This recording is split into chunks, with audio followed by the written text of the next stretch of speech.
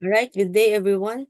So today we are going to discuss topic 4 of our subject, entrepreneurial behavior. Okay, so it is entitled entrepreneurial competencies. So let's proceed. Let's identify first what is entrepreneurial competency. Okay, when we say entrepreneurial competency, it is the set of skills and behavior needed to create, develop, manage, and grow a business venture. Okay, so as an entrepreneur, you should have this characteristic na. It also includes the ability to handle the risk that come with running a business. No? So without a doubt, business owners and startup founders must possess most of the entrepreneurial competencies to succeed. All right. So let's proceed with 9 business competencies that every entrepreneur should have. Okay, so we have communication, networking, leadership, sales, feedback, finances, focus, management, and mindset. Okay, to start with, let's scrutinize each 9 competencies. No, first is ability to communicate. It is being a good communicator is one of the core competencies that an entrepreneur needs to be successful.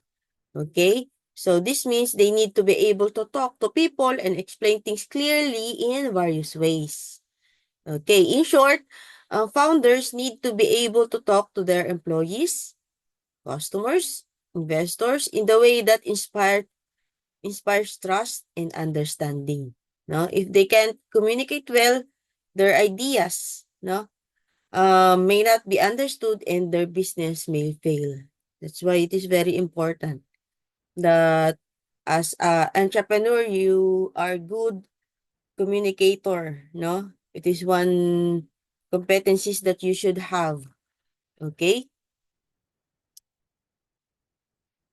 dapat ang entrepreneur hindi nahihiya. Okay.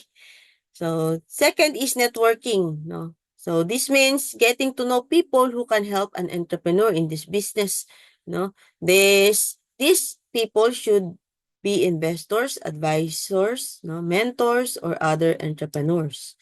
So, in networking, that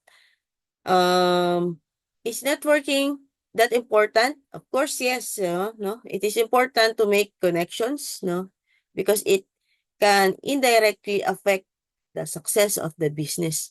Now, even an entrepreneur did not go to a fancy school, they need to still important to be connected. No, networking is very important. No, so medyo connected siya sa ability to communicate.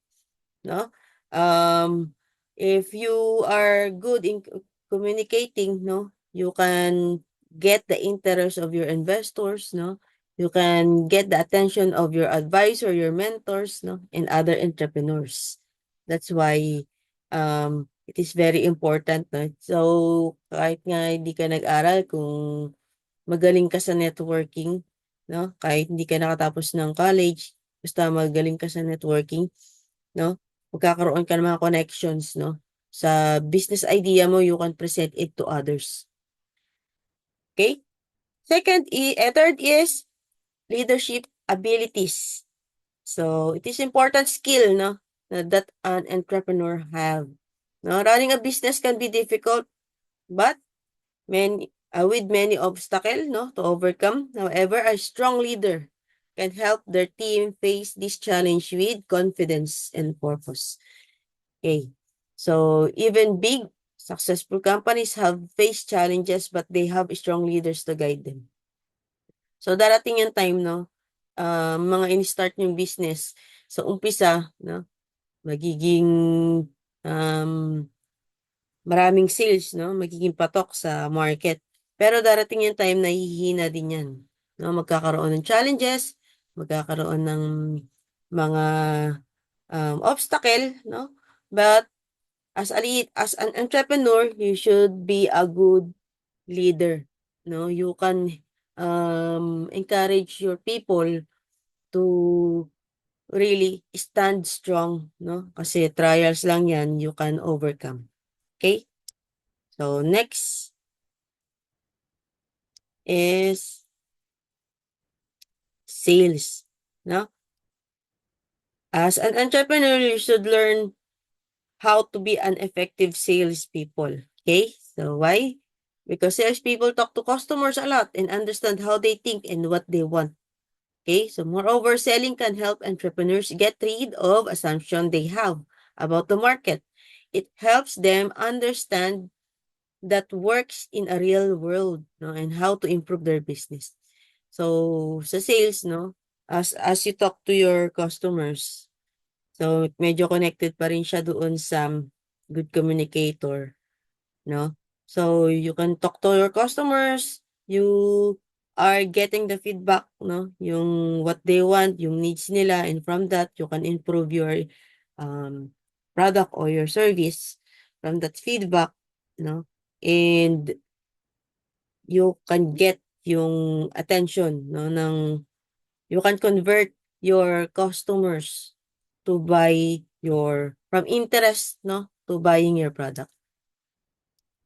Okay, 5, ability to take feedback. Ito na yung kanina, no? Entrepreneurs need to learn how to take feedback from their customers, investors, peers, and employees. After all, it is possible to be wrong on many levels, no? And there will be times that you just know you don't know what to do next, no? Darating yung time na di mo na alam ang gagawin mo, no? So, you should learn how to ask feedback, okay? Ask suggestions from your employee, of course, from your customers, no? And from that, you can create a better strategy. Okay, number 6, managing finances.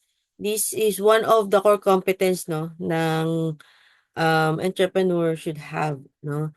It is more on having a money to keep it running. Okay? If you don't manage your money properly, your business could fail. Of course, you should know how yung mga expenses mo, yung priority mo, you should know yung urgent sa important, no? You should also so without proper funding, it can be tough to get business off the ground. So one of the competencies that you should have as an entrepreneur is you should know how to manage your finances. Okay? So where to begin? Huh? Of course, first start by tracking and how much money is coming in and going out. No, you should identify yung sales, yung mga sales mo, no? You should also identify yung mga lumalabas, yung expenses. Then, you need to find ways to cut down yung mga expenses. Minsan, pag kunyari, yung sales mo mas mababa kaysa doon sa expense, syempre, lugi ka, di ba? So, all you have to do is to cut down yung mga expenses. Probably, you find another suppliers that can offer you lower price or cheaper price, no? Or you need to change yung raw materials, no? That can substitute. So, yan yung mga cutting down. There are a lot of techniques, no? So, by having a good understanding of your finances, you will be able to make smart choices, no? So, it is important to know to read financial statement. Ito napaka-importante, no? Dapat as an entrepreneur, you know how to read yung income statement, balance sheet, and cash flow statement, no? In business plan, no? Tuturo sa inyo or sa subject niya ng financial management, ituturo sa inyo how to read these things, 3 important financial statement, no? Yung IS, yung BS, tsaka yung cash flow statement. Okay? So, this document can help you see where you're spending too much money and where you can save. Alright? So, 7 is being focused. So, as an entrepreneur, no, as a business head, no, for their startup, so there are hundred of things that you need to take care of. No, kailangan maging focus. Minsan, um, maraming discouragement, okay? Failures, pero dapat focus ka pa rin kung ano yung goal, no? That's why successful entrepreneur are always clear about their end goals, no? So whether it's blocking out focus times, no, or notification, they use various techniques to avoid failing in the distraction trap. So handling different business aspect can be difficult for everyone. This is where staying focused on your most important goal helps your organization. Okay. 8 is managing people. No, to run a business, you need to work with different people. Okay? So, you should have these skills and background. It is important to choose the right employees as you can greatly impact the success of your business. So, moreover, you cannot do everything into yourself. You should know how to delegate yung task. Ibig sabihin, huwag mong solohin lahat. Kaya nga iba nag-hire ng ganito para hindi na niya gagawin yun. So, nag-hire ng accountant, o kaya may employee siya, bibigyan mo sila ng mga task para ikaw, ma-stay focus ka pa rin kung ano yung goal, no? You should know how to delegate yung task, okay? Yan. Ito yung last, no? Possessing a growth mindset. Napaka-importante na to. So, this means you can see, as an entrepreneur, you can see obstacle as opportunity to learn and grow.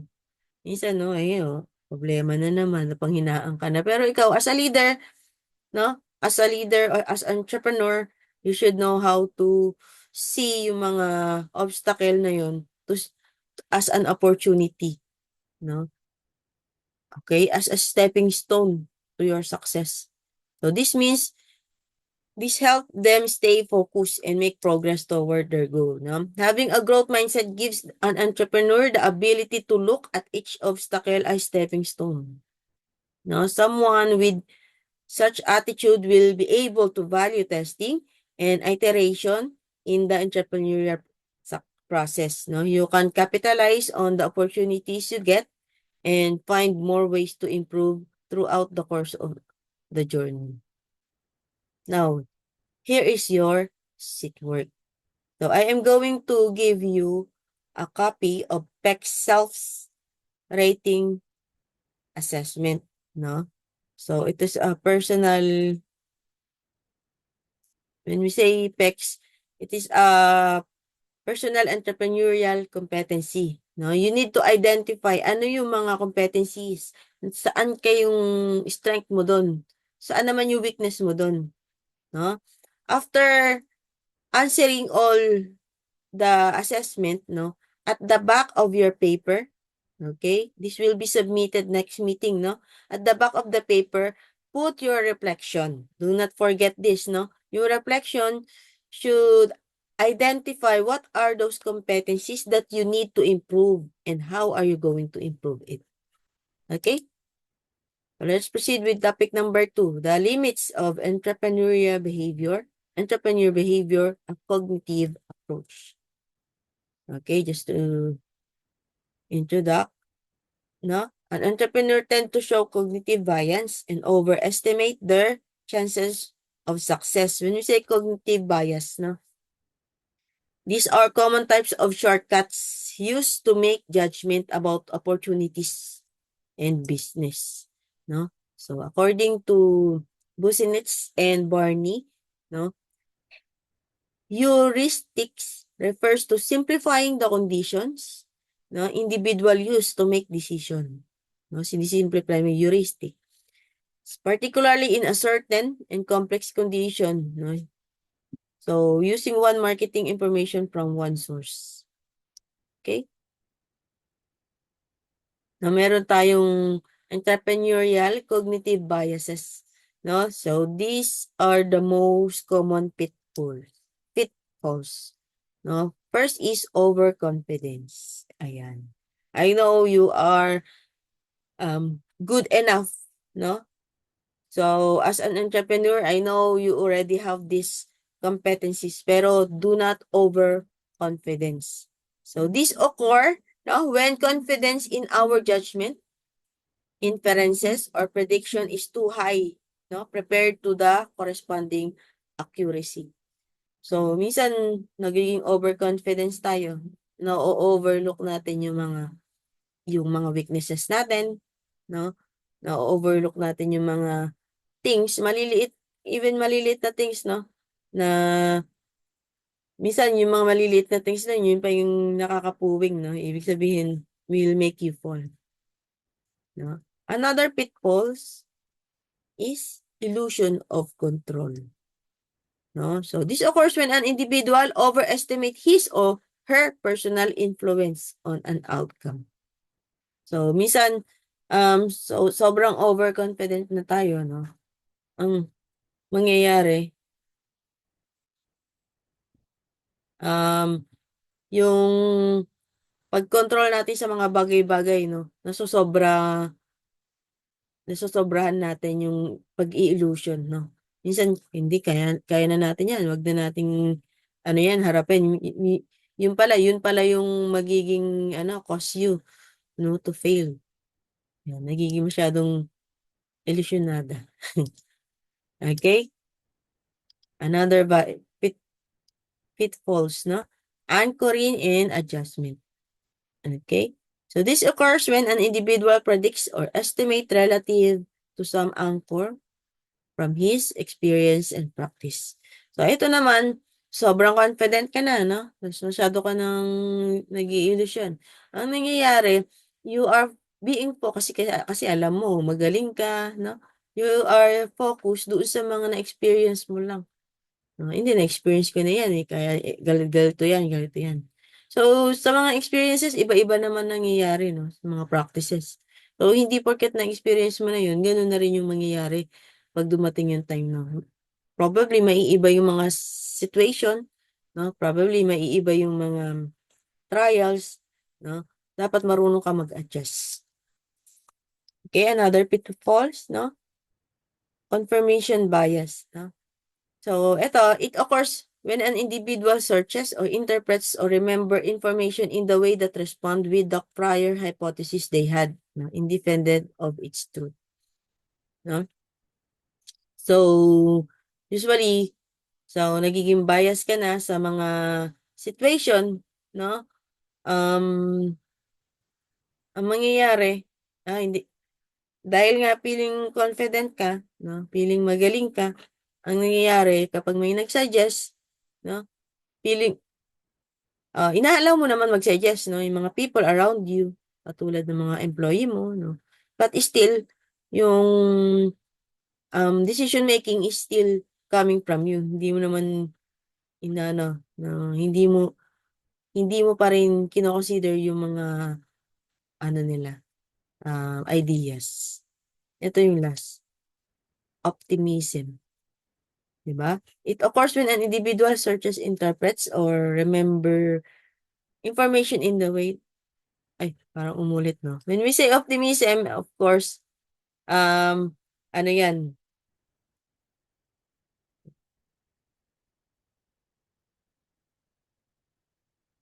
Asan? When we say optimism, hindi ito yung meaning niya, no? Masyado ka ng, no, nagiging positive. Minsan sabi, ma'am, di ba dapat kailangan maging positive thinker tayo?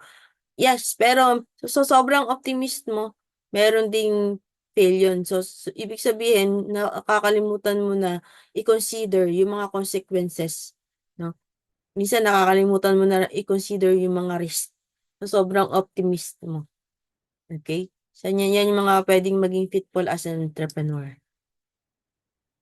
Now, so let's imagine, ito yung example, no? So, let's imagine an entrepreneur who managed a couple of successful product launch, no? So, ibig sabihin, nag-launch siya ng product, naging successful. Yung sumunod na, nag-launch another product, naging successful, no? So, anong nangyari? He or she knows the possible loopholes and predict completion time relative to their experience. So, ito yung clear case of adjustment bias, no? So, ibig sabihin, lagi ka nagiging success when you launch product campaigns, no? Ang nangyayari nga, nape-predict mo na, ito, ganito mangyayari dyan. Parang nagiging expert ka na pagdating doon. Ang nangyayari, nagkakaroon ng adjustment bias. No? Now, so the more time that have they have to plan, no, the more overconfident. Kasi nga, laging nagiging successful no? He or she become more likely they will underestimate the capabilities to complete launch in a planned period of time. Ito yung good example ng overconfidence. Dahil nga nagiging successful, no? Kapag nagpa-planning na ang mangyayari, no? So, hindi na masyadong nagpa-planning, hindi. Alam, ganito yung mangyayari, hindi ka na yung proper way of planning, no? So, nagiging overconfidence ka na. Okay?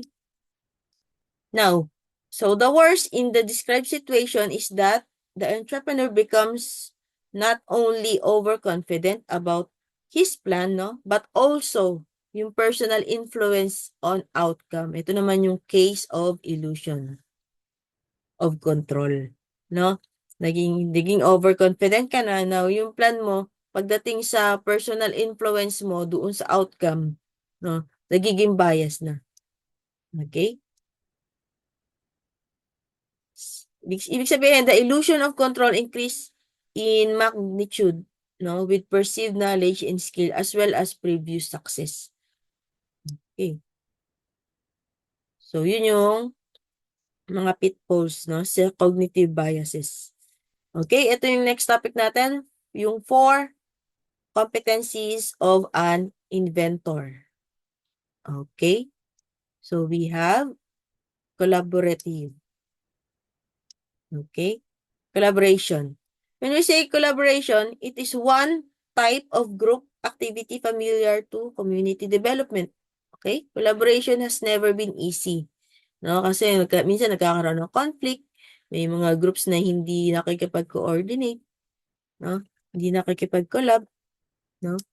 That's why yung ibang countries, 'di ba, na-discuss na natin sa culture dimension, they tend to be alone, no, in creating a business rather than collaborate with others. So, collaboration involves 3 basic aspects. Una-una, relationship. Pangalawa, process. And then, outcomes. Ito yung meaning, no?